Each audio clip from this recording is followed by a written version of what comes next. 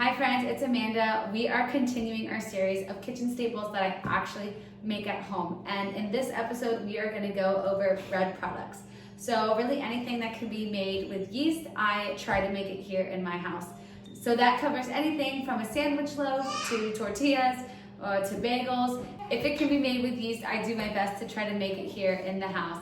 And not buy it at the stores. Obviously, in case of emergencies, I do still buy some bread products at the grocery store, but if time allows and if it's convenient, I make it here. So let's go ahead and get started and make a sandwich loaf. I want to start by saying that I only started making my own bread a year ago. And let me tell you, before last year, I absolutely loathed working with yeast.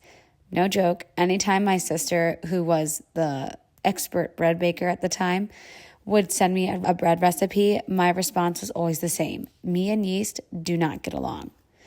I felt like no matter how hard I tried, my bread never turned out the way I wanted. After way more flops than successes, I just gave up on the idea altogether. Thankfully, my husband and I weren't big bread eaters back then, so it wasn't a big deal. But once we had kids, bread suddenly became a household staple.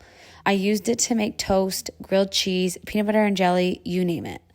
Suddenly, I found myself buying way more bread than before. And after becoming a mom, I started to pay more attention to what I was feeding my family. With all the talk about unnecessary and even harmful ingredients in store-bought foods, I wanted to take control over what we were eating.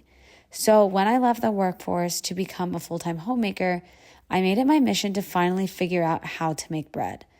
And now, a year later, nearly every bread product that we eat is made right here in my kitchen. Looking back, I really wish I had started sooner and not let the fear of failure hold me back. Now, I'll be honest, the hardest part of bread making for me wasn't the actual process, it was being patient. I used to overthink it and get frustrated with the planning. If I wanted bread, I wanted it now, not hours later. I'd rush the process, cut corners, and end up with sad, dense loaves. But as a busy mom, I've actually found bread making to be way more convenient than I ever imagined. My bread machine has been a game changer. I just toss in the ingredients, set a timer, and move on to another task while the dough rises and does its thing. Plus, I've built bread into my weekly routine. I bake a fresh loaf of sandwich bread the same morning every week, and for other bread products, I use my meal plan schedule. If I know we're having burgers for dinner, I'll check my calendar and plan when to make the buns, either ahead of time or on the same day.